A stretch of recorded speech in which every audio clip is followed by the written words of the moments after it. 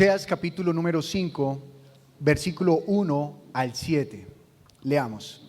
Sacerdotes, oíd esto y estad atentos, casa de Israel, y casa del rey, escuchad, porque para vosotros es el juicio, pues habéis sido lazo en Mizpa y red tendida sobre Tabor. Y haciendo víctimas han bajado hasta lo profundo. Por tanto, yo castigaré a todos ellos. Yo conozco a Efraín, e Israel no me es desconocido, porque ahora, oh Efraín, te has prostituido y se ha contaminado Israel. No piensan en convertirse a su Dios, porque espíritu de fornicación está en medio de ellos y no conocen al Señor. La soberbia de Israel le desmentirá en su cara. Israel y Efraín tropezarán en su pecado, y Judá tropezará también con ellos. Con sus ovejas y con sus vacas andarán buscando al Señor, y no le hallarán. Se apartó de ellos. Contra el Señor prevaricaron, porque han engendrado hijos extraños. Ahora en un solo mes serán consumidos ellos y sus heredades. Padre, hoy te pedimos en el nombre de Jesús que tú formes en nosotros un corazón dispuesto para ti, Señor. Cuando te pedimos esto, Señor, hemos de comprender que si tú lo formas en nosotros, eso significa que tú lo vas a moldear y a quitar cosas que no sirven, Padre. Danos esa comprensión para que en nosotros haya esa toma de decisión. Que cada uno de los que estemos acá tomemos la decisión de seguirte a ti genuinamente. Que no nos olvidemos cuál es nuestro norte o nuestra ancla, como dice la palabra, que eres tú, Señor Jesús. Padre, que si alguno de nosotros está extraviado, tú nos hables directamente al corazón y rompas toda altivez, orgullo, para que nosotros tengamos la oportunidad, al vernos desnudos, de regresar a ti, Padre bueno. Ahora bien, si en nosotros hay un corazón dado a ti, hoy te pido en el nombre de Jesús que tú levantes murallas alrededor de nosotros, que la palabra sea nuestra muralla, que la palabra puesta en nuestro corazón sea nuestro escudo, para que no nos apartemos. Y como Juan Manuel oró, que nosotros, Señor, podamos permanecer y resistir hasta el día que tú vengas, Padre. Te pedimos estas cosas en el nombre de Jesús. Amén. Hace 20 días estaba predicando en la iglesia Filadelfia, Piedra Viva, iglesia en la cual nos conocimos con el pastor Javier, iglesia en la cual yo conocí del Señor y nací de nuevo, y allí también mi esposa nació de nuevo. Allí fue donde conocimos al pastor Clímaco, a Mariluz, y de allá fue que salimos a hacer la obra. Y estábamos predicando, y era una palabra en la cual toda la iglesia estaba conmovida por el mensaje. Estaban siendo alcanzados por la palabra que estaban escuchando. Sin embargo, un miembro de la iglesia, al finalizar de la predicación, llamó al pastor y le dijo que le respetaba por la palabra que llevaba cada domingo y que le animaba a que siguiera en ello, pero que no entendía cómo era posible que él dejara subir al púlpito a predicar la palabra un domingo a una persona o a un varón con el pelo largo. Que por favor le explicara 1 Corintios, en donde habla acerca del cabello largo en los hombres. A lo cual él simplemente me mostró el chat, porque no se lo dijo personalmente, y me dijo, ¿qué le contesto? Entonces, pues de una manera muy olímpica yo le dije, está en su chat, no en el mío. Y el pastor Javier, contestándole a él, le dijo, necesitamos más personas con el cabello largo pero que amen a Dios, que personas que aparentan una reputación honorable según sus ojos y que están distantes de Dios. ¿Y por qué hablo de esto? Porque el título de la predicación de hoy es la autoridad de un corazón humilde. Y si usted mira la palabra desde el Génesis hasta el Apocalipsis, la Biblia habla de Dios y es de quien habla. Donde usted abra la Biblia habla de Dios. No se deje engañar, por ejemplo, de lo que uno ve a simple vista, porque si uno abre el libro de Esther, pues allí no aparece la palabra Dios. O si usted abre el libro de Job, pareciera que fuera el libro de Job, ¿verdad? Pero no, toda la Biblia habla acerca de Dios.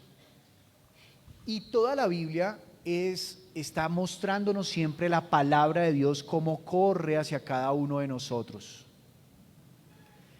De tal forma que aunque la Biblia habla de Dios, cada vez que Dios habla también del hombre. Y cuando habla del hombre, lo que más le importa a Dios del hombre no son sus cejas, no son sus orejas, aunque dice oíd, no son sus ojos, aunque dice he aquí y ved, sino que lo que más le importa a Dios es el corazón del hombre. Porque cuando Dios dice oíd, Él no dice el que tenga oídos que oiga, pues sonaría tonto decir pues yo tengo oídos, sino que Él está diciendo es el que tenga oídos, es decir, que su corazón esté dispuesto. Vayan y cuéntenle a Juan lo que han visto, pero no lo que han visto, sino lo que han visto con el corazón. Dice la Escritura que el enemigo está buscando entenebrecer el entendimiento de los incrédulos para que no les resplandezca la luz del Evangelio. De tal manera que no está hablando de la luz del sol, sino que está hablando de la luz que puede alumbrar el corazón de los hombres. Y en la sabiduría de la Biblia también se encuentra que dice que de toda cosa guardada, guardemos ¿qué? El corazón. Que del corazón puede emanar la vida, pero no es porque nuestro corazón sea fuente de vida, sino porque entendiendo que Dios es la fuente de vida, ese Dios, ese único Dios que existe, cuando lo reconocemos, puede venir y alojarse a través de su palabra y de su espíritu en mi corazón, de tal manera que mi corazón viene a ser su tabernáculo, su templo, su casa, y entonces de mi corazón mana la vida. Por eso dice la palabra que el corazón alegre hermosea el rostro, pero esa alegría no es la alegría de cuando usted está feliz porque le compraron la pinta, porque está en la Navidad, no, es esa alegría de que usted tiene el gozo de la salvación, de que Dios es su Dios y que usted ha podido tener un encuentro con Él.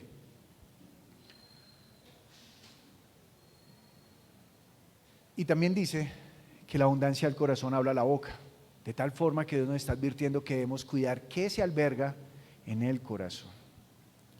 Cuando nosotros decidimos seguir a Cristo, usted lo primero que tiene que hacer no es arrodillarse. Usted lo primero que tiene que hacer no es cambiar su apariencia física. Lo primero que usted tiene que hacer es inclinar su corazón ante Él. Y en tanto el corazón sea inclinado delante de Dios, ahí sí comenzará a manifestarse todo lo demás. Todo lo demás comenzará a manifestarse.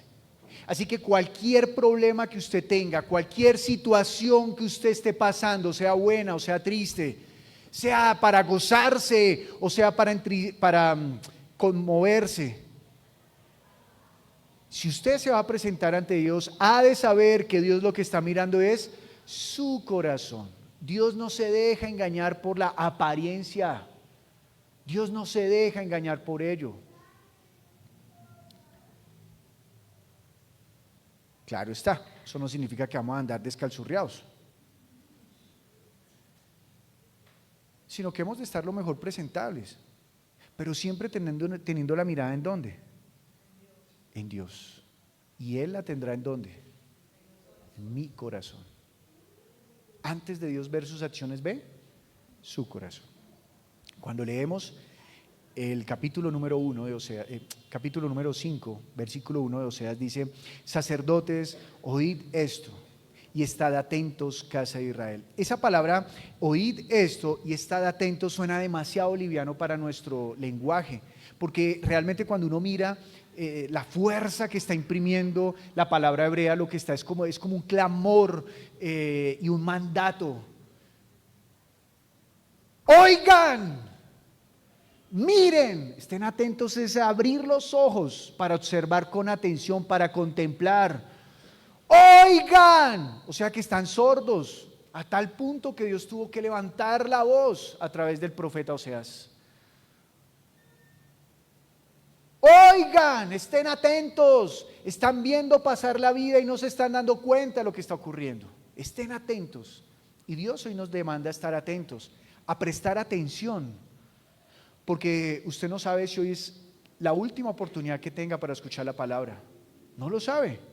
Yo sé que todos parecemos tienda, hoy no, mañana sí, pero nosotros no sabemos si hoy es el último día. Hace 8 días, en la iglesia Nusme, estábamos en el funeral de un niño que el jueves estaba bien, pero el domingo ya estaba muerto. Un niño de 12 años. Y a veces pensamos que la vida está tan segura que en este momento seguramente los padres dijeron, ay, mis hijos, y no pensaron en, yo me puedo morir. Porque siempre estamos pensando que mañana está. ¿No? Siempre estamos pensando que nunca queremos morir. Y la realidad es que nos tenemos que enfrentar a la muerte. Nunca queremos morir, no aceptamos la muerte. Se nos dificulta prestar atención a lo importante. Y la muerte es muy importante. Porque cuando usted muera, será la oportunidad no para que digan cómo murió usted, sino para que acá y en el reino de los cielos digan cómo vivió usted. Esa es la oportunidad. Así que nosotros no debemos preocuparnos por la muerte porque es un paso seguro, sino cómo, qué dirá Dios de cómo viví. Viví con un corazón dado a Él. Y le está diciendo aquí al pueblo, oíd, estad atentos. Y llama a la casa de Israel, a todo el pueblo, pero hace 2 menciones específicas. La primera es la primera palabra que aparece ahí en Reina Valera, sacerdotes. A usted lo está llamando sacerdote, porque usted y yo somos sacerdotes en Cristo Jesús, sacerdotes. Y dice, y casa del rey, es decir que también le está hablando a los príncipes. Y usted en Cristo Jesús también es hecho príncipe, porque es hijo del rey. Así que la palabra también es dada para usted. Escuchad. 3 veces le está diciendo que preste atención. Oíd, estad atentos y escuchad. Es demasiada fuerza en este versículo para que usted esté atento. Yo le pido a usted el favor que no se deje dormir por el calor. Y si no, quítese la chaqueta. Y dice, porque para vosotros es el juicio. Quiere decir que Dios puede enviar juicio a nuestras vidas y no darnos cuenta que viene juicio. Y cuando el juicio viene, normalmente uno piensa que el juicio es malo, pero no, el juicio tiene una labor, discernir entre lo bueno y lo malo. En un juicio también se hacen juicios para decir, Él es inocente. Jesús tuvo un juicio en la cruz del Calvario. Dijeron, Él es culpable, muera como una maldita sabandija, dijeron los romanos. Y dijeron muchos judíos. Pero al tercer día el Padre dijo, Él no es ninguna sabandija. Este es mi Hijo amado en el cual yo tengo complacencia. Y lo levantó en medio de los muertos. Dios hizo juicio a su Hijo. Y lo levantó dando testimonio de que Él es el justo. Así que el Padre está diciendo, vamos a vernos la cara. Vamos a enfrentarnos. Vamos a juicio. Yo soy el juez. Y yo conozco sus corazones. Yo soy el juez. Vamos a enfrentarnos, así que presten atención porque les voy a decir las palabras que los va a preparar para el momento del juicio. Y dice entonces, pues habéis sido lazo en Mizpa y red tendida sobre Tabor. Red tendida sobre Tabor. Y aquí me voy a detener un poco. La palabra Mizpa tiene el mismo origen que la palabra atalaya. Es decir que ambos son unos montes, ambos son montes. Y Él está llamando la atención sobre estos 2 montes, porque sobre estos 2 montes el pueblo de Israel se ha ido a adorar a otros dioses. Escuche bien, la Biblia nos muestra que el pueblo de Israel, aunque adoraba al Señor, adoraba a otros dioses. Es decir, el llamado de atención no es porque no siempre se olvidaron de Dios, sino porque se olvidaron de quién es Dios. ¿Me hago entender? Por ejemplo, dice que Dios es celoso. ¿Dios es celoso? ¿Dios lo cela a usted? Imagínese si Jesús se enojó porque entró a un templo, un poco de piedras ahí que levantaron los hombres, porque se dio cuenta que en ese lugar no hacían lo que correspondía. Imagínese con cuánto celo vive por esta casa. ¿Cree que por más? Claro que sí. Así que tenemos que cuidar esta casa. Porque ese templo ya no está, queda un murito y sus fundamentos. Pero de esta casa está el fundamento y somos piedra. Él tiene celo por esta casa, tiene celo por usted. Y al que le va a pedir cuentas por usted es a usted mismo. ¿Qué hiciste con esa vida que te di? Y entonces Mizpa es un monte en donde están adorando otros dioses, y Tabor también es otro monte. Pero fíjese de lo que dice que hicieron en Mizpa. Pusieron lazo en Mizpa. El nombre de Mizpa significa que debería ser un monte para guardar al pueblo de sus enemigos, para que, como dice Jeremías, puedan tocar trompeta cuando vengan los enemigos, que puedan avisar como buenos guardias, como buenos guardas allí del pueblo. ¡Ey, vienen los enemigos, atención! Eso deberían hacer, o eso significaría o debería hacer pensar el monte de Mizpa. Sin embargo, ellos, en vez de avisar que viene el enemigo, se quedaron callados, se dormitaron, y el pueblo comenzó a adorar a otros dioses, y no hubo quien levantara la voz para decirles: se están inclinando ante otros dioses.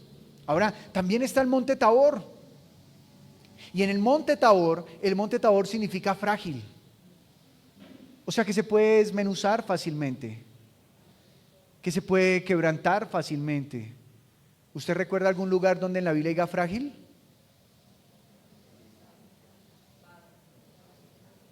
Vaso frágil, ¿cierto? Es decir, que el pueblo debería estar cuidándose a sí mismo, porque el pueblo debería entender que Israel no fue elegido para Dios por ser el más fuerte, sino por ser el pueblo más frágil, para que la gloria sea de Dios y no del hombre. Así que, ¿cómo nos debemos presentar delante de Dios? Como personas que se reconocen que son ¿qué? Frágiles. Sin embargo, en el monte donde deberían haber guardado pusieron lazo, o sea, trampa para sí mismos, porque levantaron imágenes para otros dioses, porque quemaron incienso a otros dioses, porque cortaban los árboles a otros dioses, porque del árbol hacían dioses, del sol hacían dioses, de la luna hacían dioses, de los hombres hacían dioses. Y en el monte que les debería haber llevado a la fragilidad, le pusieron fue red. Fueron atrapados en esa, se hicieron fuertes en vez de entenderse como frágiles. Así que usted y yo creo que vamos entendiendo que nos habla Dios, ¿no? Debemos reconocernos como iglesia que somos hombres y mujeres frágiles, y que también somos hombres y mujeres que debemos estar vigilantes. El ladrón no va a avisar a qué horas va a llegar, así que usted tiene que estar vigilante. Usted puede ir allá a cuidar en la noche, y usted va a decir: oiga, esto está muy solo, nadie pasa acá, deberíamos, pues, arriesguémonos el 24 y el 31. Pero ¿sabe José, que se quedó esta semana allá? Él se hizo de una manera en la cual no lo podían ver, y cuando menos fue que vio que estaban ahí en el vidrio del carro, porque el león está agazapado, y mientras el cervatillo esté haciendo así, el león está agazapado, y el cervatillo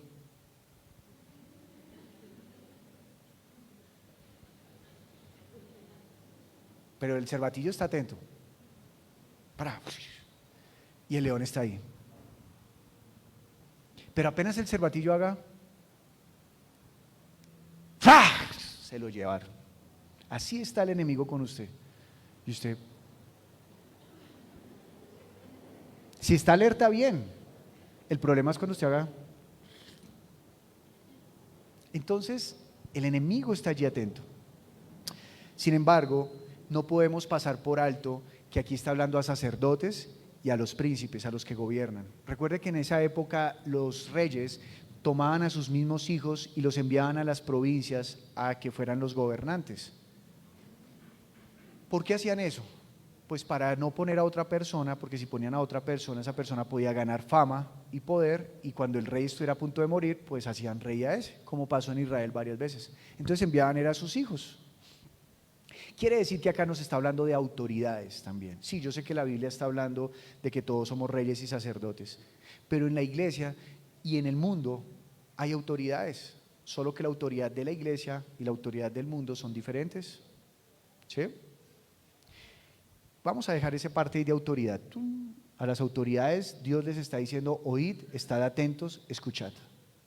Ustedes debiendo ser guardas y debiendo haber enseñado al pueblo que eran frágiles y que me necesitan a mí, los llevaron ante otros dioses.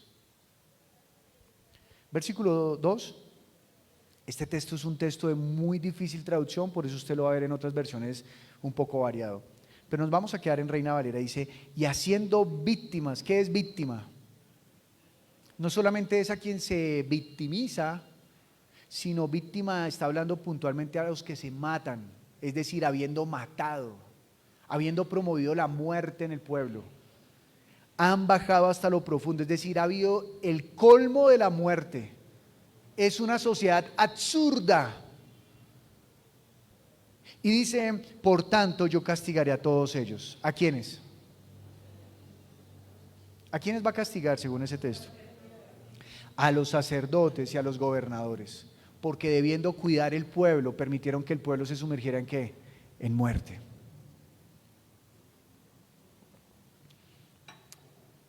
¿Entiende dónde está el problema de las naciones? ¿Entiende por qué en las naciones hay muerte hasta el colmo? ¿Porque uno sale y lo matan por esto? Porque el pueblo se le olvidó que debían ser guardas, a los gobernantes se les olvidó que debían ser guardas y que debían enseñarle al pueblo que somos frágiles y que necesitamos vivir por un Dios. La mayoría de las naciones en sus inicios, cuando fueron fundadas, reconocen a Dios como el cimiento de la nación. Acá en Colombia no es la excepción, acá también. O gloria inmarcesible, o júbilo inmortal. Y después termina diciendo que hubo un pueblo que comprendió las palabras de aquel que murió en la cruz, pero este pueblo ya no comprendemos las palabras del que murió en la cruz.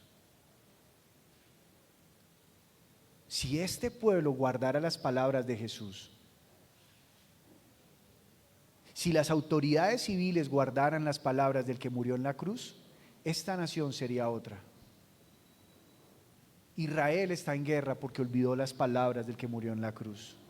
Palestina está en guerra porque no conocen las palabras del que murió en la cruz. China se cree fuerte porque han olvidado las palabras del que murió en la cruz, porque China ha recibido la palabra.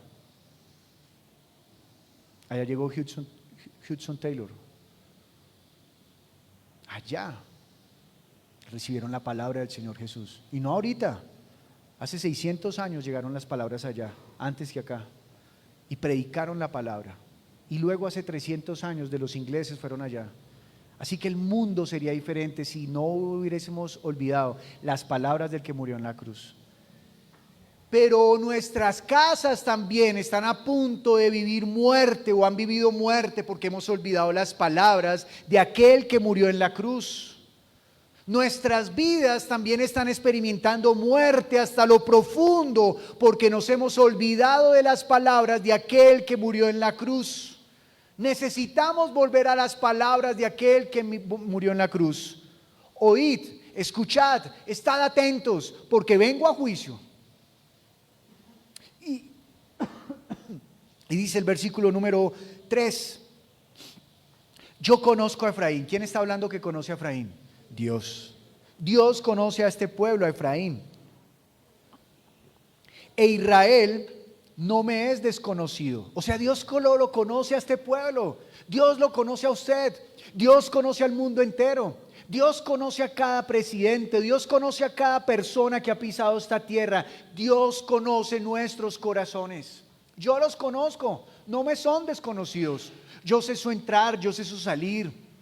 Yo sé su levantar, sé su acostar. Yo sé lo que hacen de día y sé lo que hacen de noche. Yo lo sé, yo los conozco. Yo conozco al mundo entero, yo conozco los corazones de la humanidad, yo conozco el corazón de los que están acá hoy sentados, yo conozco el corazón del que está predicando. Dios no lo podemos engañar, Él conoce nuestros corazones. Y entonces dice, no me son desconocidos, porque ahora, oh Efraín, te has prostituido y se ha contaminado Israel. ¿Por qué, si el pueblo está tan perdido, por qué es necesario que el profeta diga, oiga, yo los conozco, pero ustedes se han prostituido? ¿Por qué? Porque si usted se da cuenta, hasta el malo sabe que las cosas están malas. Hay comentarios, mire, en este momento hay comentarios tales que hasta los que surten las drogas en las calles dicen la situación está difícil, la gente no tiene plata para comprar. Por lo tanto, se ha incrementado los regalos de droga y de todas estas sustancias para que una vez estas personas se hagan esclavas, tengan que salir incluso a robar a su propia familia para poder comprar de ello. Pero en medio de la calle, incluso así de mal está la situación. Pero hasta el malo sabe discernir que hay algo mal. Pero acá el profeta tiene que decir que el corazón del pueblo está prostituido. Y tal vez acá nos están advirtiendo que nosotros nos estamos yendo tal vez tras la prostitución. Estamos entendiendo que estoy hablando de un tema espiritual, ¿verdad? Y dice, y se ha contaminado. Esa palabra nos hace entender mejor. ¿Qué está pasando con el corazón del pueblo? Se contaminó. Y uno diría, bueno, ¿y se contaminó de qué? Luego el corazón del pueblo, ¿cómo debe estar? Y aquí es donde es necesario comenzar a decir que, y le quiero dejar a usted una pregunta, ¿cuál es la nación más poderosa de todo el planeta? Piénselo mientras le cuento lo siguiente. Israel nació, a diferencia de otros pueblos, no nació porque tenían una tierra. Israel nació y se constituyó como pueblo sin tener un terreno. ¿Qué era lo que los hacía pueblo? Dos cosas: Dios y su palabra. Porque ellos donde llegaban con un estandarte que mostraban quién era su Dios. Y dos, sabían lo que tenían que hacer porque estaban siendo pastoreados y guiados. ¿Por qué? Por la palabra del Señor. Y eso hizo que el pueblo de Israel fuera conocido desde Egipto hasta Ur de los Caldeos. Que supieran y temblaran en la época de David por el pueblo de Israel. Que los cananeos temblaran cuando Moisés se estaba acercando porque decían, allá viene ese pueblo que tiene un Dios que ha destruido a los dioses de los cananeos del otro lado del Jordán y que ha destruido a todo el pueblo de Egipto. Ese Dios es un Dios poderoso. Y aunque sabían que ese Dios era poderoso, cuando ellos llegaron a los pueblos, encontraban a muy pocos que se arrodillaban ante ese Dios, como fue lo que ocurrió en Jericó con la prostituta Tamar. Ella tuvo un corazón que se inclinó ante ese Dios. Y después por las escrituras nos damos cuenta que incluso renunció a su pueblo y se hizo pueblo de Dios. Es decir, que su corazón fue transformado, porque aquí es donde todo comienza delante de Dios, en el corazón. ¿Cuál es el pueblo más poderoso de toda la tierra? Le voy a dar una pista, es un pueblo que no tiene tierra. Israel tiene tierra en este momento, entonces no es Israel. ¿Cuál es el pueblo más poderoso de toda la tierra? Por allá soplaron. El pueblo de Dios es el más poderoso de toda la tierra. Y lo que nos da poder es que nuestra tierra no está acá. Nuestra herencia y nuestra tierra, nuestro reino, es para donde vamos. Por eso habremos de permanecer firmes para poder llegar allá. Por el momento estamos en este desierto, pero hay algunos israelitas que van caminando por el desierto y dicen, ay, tan chévere ese pueblo de los cananeos, y deciden quedarse ahí y apartarse de la nube y no seguir tras la palabra del Señor. aunque siguen diciendo yo también salí de Egipto. Pero se olvidaron de seguir tras el Señor. Y este pueblo que ahora tiene tierra se siente seguro porque ya tienen tierra, ya no tienen que pelear por las tierras. Y entonces se apartaron de Dios, e incluso los montes que habían dedicado al Dios que les dio la libertad, en esos montes ahora adoran a otros dioses. Y puede que usted y yo también estemos siendo advertidos hoy de que esta vida que Cristo libertó con su preciosa sangre, ahora estemos tan confiados de la vida que Él nos ha dado, que ahora en este monte, en el corazón, no se adora solamente a Jesús, sino que le hicimos un campito porque amamos tanto que amamos a varios dioses. Y puede que esté allí, atento, exhortando al Señor. Y dice el versículo número 4, no piensan en convertirse a su Dios. Mire lo que dice, no piensan en convertirse a su Dios. Fíjese cómo sigue estas palabras hablando al corazón. Cuando dice no piensa, está hablando al corazón. Es decir, puede que aparenten volverse a Dios, pero en su corazón, ¿qué tienen? Permanecer como están. Es decir, pueden mostrar acciones. Más adelante va a mostrar cuáles acciones muestran. Pero no se quieren, no han pensado arrepentirse, no han pensado volverse a Dios. Y mire que la palabra volverse significa que un día estuvieron en el camino del Señor, pero ahora ya están lejos de Dios.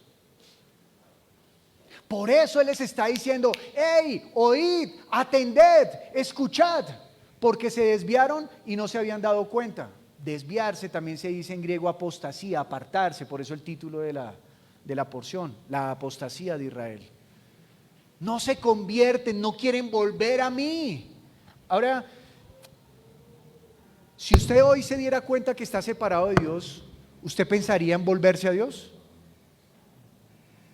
El pensamiento de la Biblia no es pensamiento, sí, yo lo pienso. Lo voy a pensar, ya lo pensé. ¿Ya lo pensé? ¿Y sigo igual? No. El pensamiento en la Biblia es un pensamiento que genera acciones. De lo contrario, en la Biblia ese pensamiento no existe. Es cuando dice que vagan en su corazón, o sea, como que lo tienen ahí pero no lo hacen. Pensamiento en la Biblia es que lo que usted ha pensado lo va a ejecutar. Eso es pensamiento en la Biblia. Es decir, usted está tomando una acción. No piensan convertirse a su Dios, no piensan en volverse a su Dios. Y luego dice, porque espíritu de fornicación está en medio de ellos y no conocen al Señor. Aquí habla de un espíritu. ¿Y ese espíritu cuál es? ¿Espíritu de qué? Aquí nos meten en un problema serio, ¿no? ¿Quiere experimentarlo por unos breves segundos? Cuéntele a su vecino que es espíritu de fornicación. Ojalá sea nuevo para que le diga no le entiendo. Cuéntele a su vecino, mire, espíritu de fornicación es 2 puntos. Si usted le explica, dígale, cuéntele. ¿Qué cree que es eso? ¿Ah? No, eso es que el pueblo iba andando y se le metía un espíritu de fornicación. ¿Qué es espíritu de fornicación? ¿Ah? Cuéntele a Angélica, Raúl, por favor. ¿Ah? A las 2 Angélicas. ¿Qué es espíritu de fornicación? Mire, para que usted le pueda explicar debe tener en cuenta lo que ya hemos hablado y así se vuelve fácil. Estábamos hablando de 2 montes, Mizpá y Tabor, donde eran montes donde deberían estar adorando a Dios, pero estaban adorando ¿qué? Otros dioses. Espíritu de fornicación, ¿qué es? Que ellos tienen en su corazón ese impulso, ese deseo, esa fuerza de inclinarse ante otros dioses. ¿Es decir que los fariseos tenían espíritu de fornicación? Claro que sí, porque Jesús los delata cuando les dice, ¿ustedes creen que pueden adorar a 2 dioses? No, señores, porque porque amarán a uno y odiarán al otro. Así que no se engañen. Así que este espíritu de fornicación no es un espíritu nuevo y usted no lo vaya a volver místico, ¿no?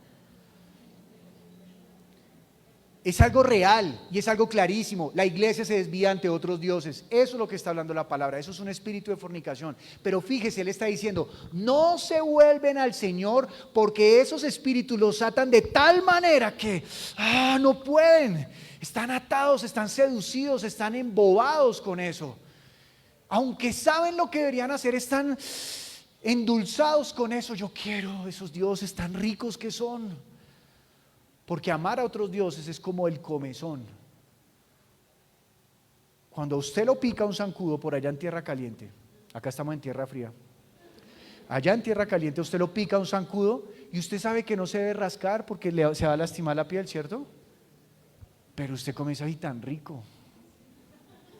Así es el pecado. Pero usted sabe que se está lesionando y usted, hasta que usted necesita la ayuda de alguien que le coge y usted comienza incluso de cristiano a hacerle cruces, a ver si eso deja de picar, ¿no? Pero no, antes más usted. Y después llega el colmo y dice, no, le voy a sacar el agüita y ya no pica más. ¡Tuf! Y se le comienza a volver como una llaguita. Y aunque usted sabe que eso está poniéndose feo,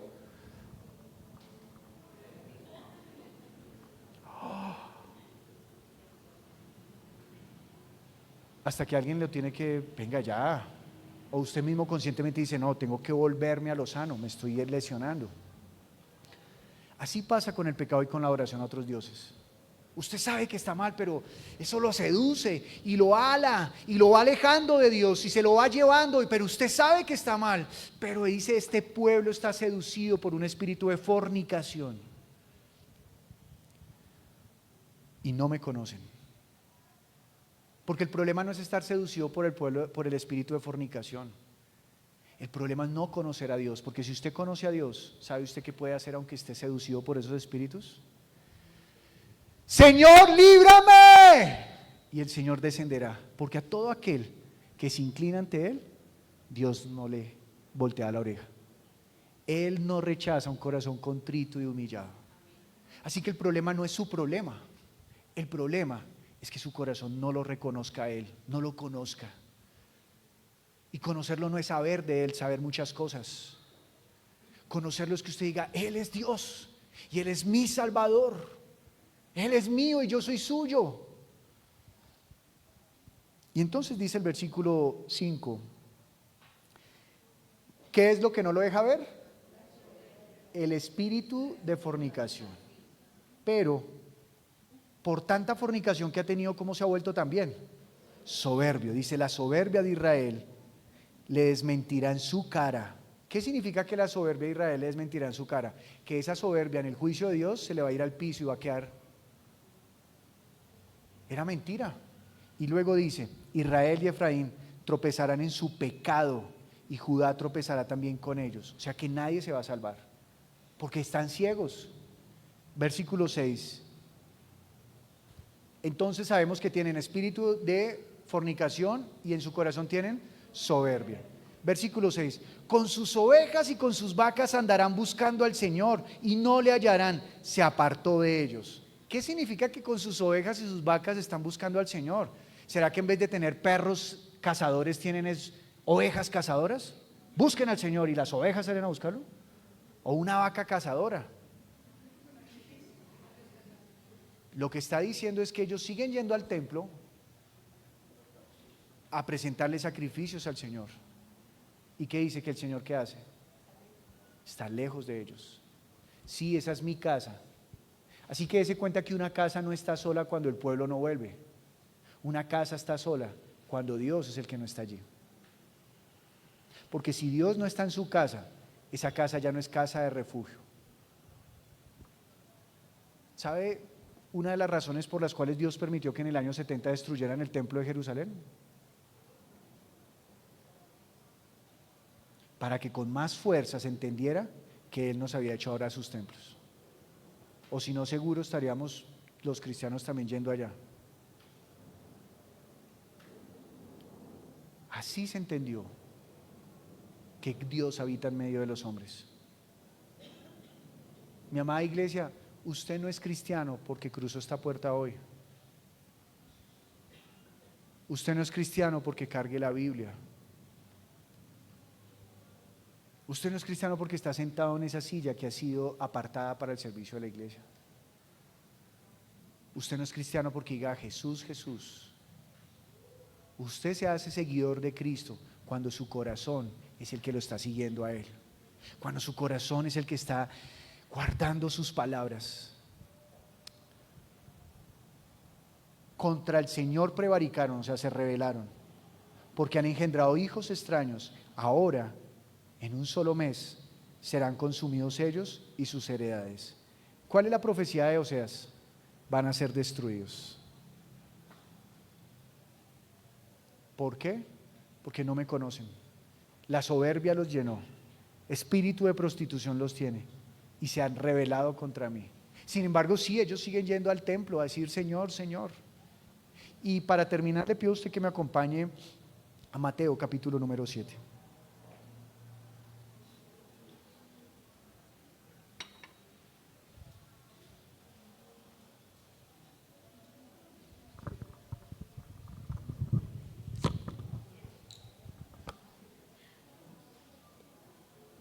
Mateo capítulo número 7. 7. Y antes de leerlo quiero que me escuchen muy bien, padres y madres. Ustedes también son sacerdotes y gobernantes en su casa. Si usted se ha dejado llevar por la fornicación en su corazón, y si usted dice Señor Jesús te amo, pero tiene en su corazón otro Dios, su casa va a ser destruida. Es la advertencia de hoy. Si usted es soberbio y no se quiere arrodillar delante del Señor, su casa va a ser destruida. Sus hijos van a ser destruidos.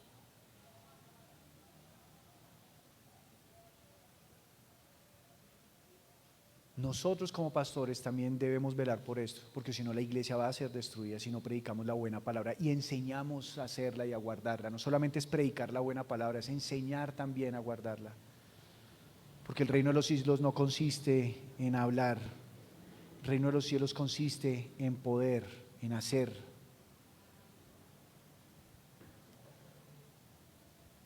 Amados, usted es el sacerdote y usted es el príncipe que está viviendo en este templo. Usted es responsable de su vida.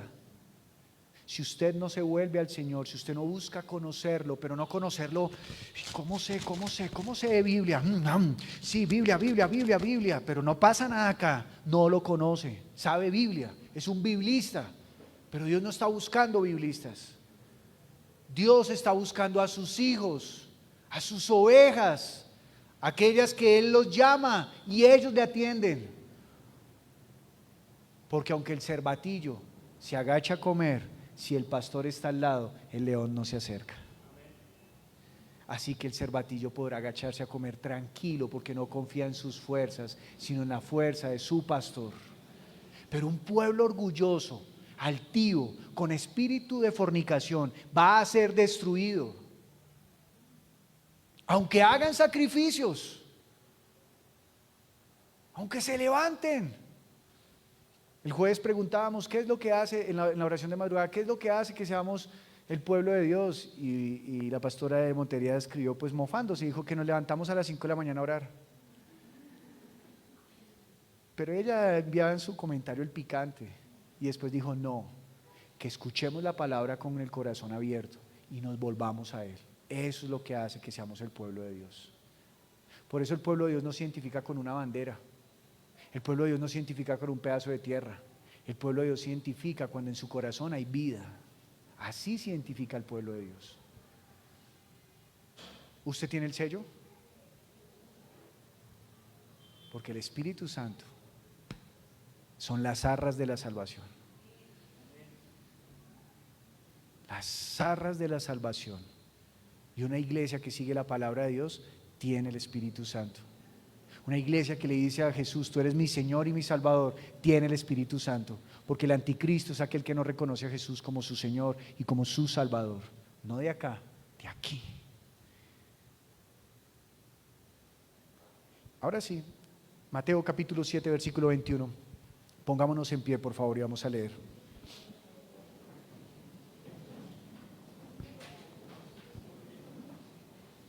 Dice, ¿se acuerda que hablaba de las vaquitas y las ovejas?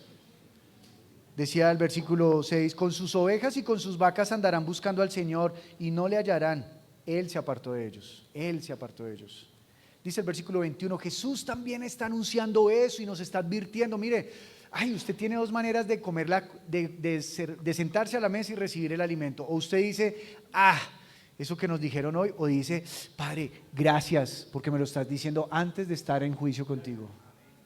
Gracias, Padre, porque nos amas, porque tú muestras que me amas, porque no me dejas perderme, porque te importo, porque amas mi salvación. Si no me dejarías perder en mi inmundicia, pero hoy me amas, papá. Gracias, Señor, porque aparte de que hoy me ha dado vida, salud, me ha dado los recursos necesarios para poder vivir y estar hoy aquí de pie, también trae una palabra que limpia mi corazón. Cuán bueno es Dios, cuán bueno es Dios. Lo amo, lo amo. Yo quiero ser amado por ese Dios. Yo no quiero crear al Dios conforme a mi corazón. Yo quiero que mi corazón sea conforme a mi Dios. Eso es lo que debemos añorar.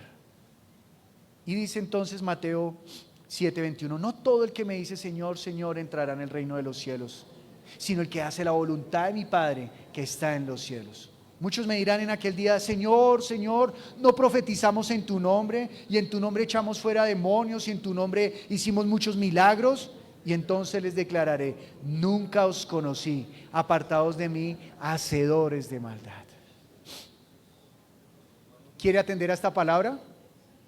¿Quiere atender a esta palabra? ¿Quiere saber qué piensa el Señor de los que atienden a esta palabra? ¿Quiere saber qué piensa? Versículo 24. Cualquiera pues que me oye estas palabras y las ¿qué? ¿Y las qué? Es decir, que cuando la palabra alcanza el corazón, ¿uno qué hace? Hace, actúa. Acá le compararé a un hombre prudente que edificó su casa sobre la roca, y cuando venga la tempestad no será destruido. Amados, ¿entiende cuál es la autoridad de un corazón humillado? Te invitamos a que te suscribas al canal de Nuestra Iglesia Viva y actives la campanita de notificaciones.